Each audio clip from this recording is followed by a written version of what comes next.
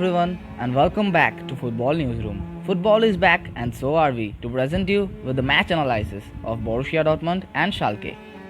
So Borussia started this game in a 3-4-3 formation and were mostly focused on building up from the back. Playing with a back 3 gave them a 3v2 advantage over the Schalke forwards, and with Dahoud often dropping deeper, it at times even resulted in a 4v2. This made the build-up process very easy for Dortmund.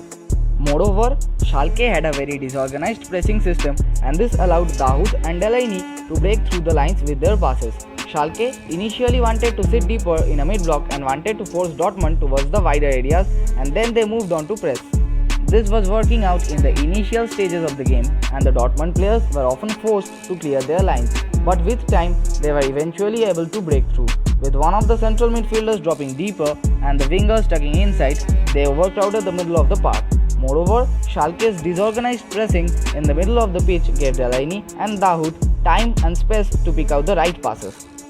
In this game, Schalke were also using a very peculiar formation. They started with a 3-4-3 formation on paper, but very often changed it to a 4-1-4-1 formation while moving forward, with Todibo at times acting as the right back.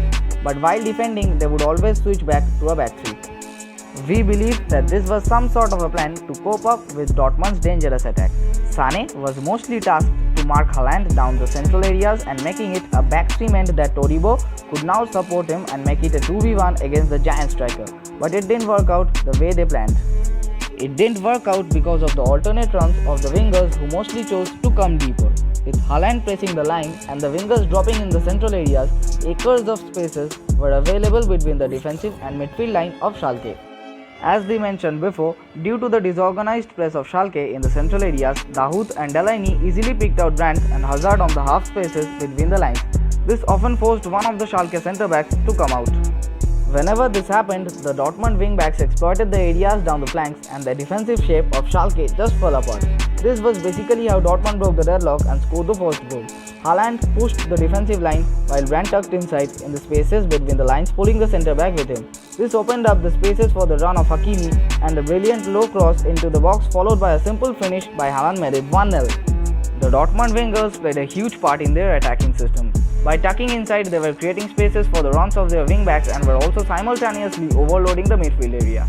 Moreover, Hazard and Brandt were constantly switching positions, and it made it all more difficult for Schalke players to mark them. Schalke's defensive line was mostly falling back in line rather than pressing high and maintaining a higher line. This was making the spaces between the lines bigger, and this offered more time and space for Hazard and Brandt. This was the most crucial point where the game was decided.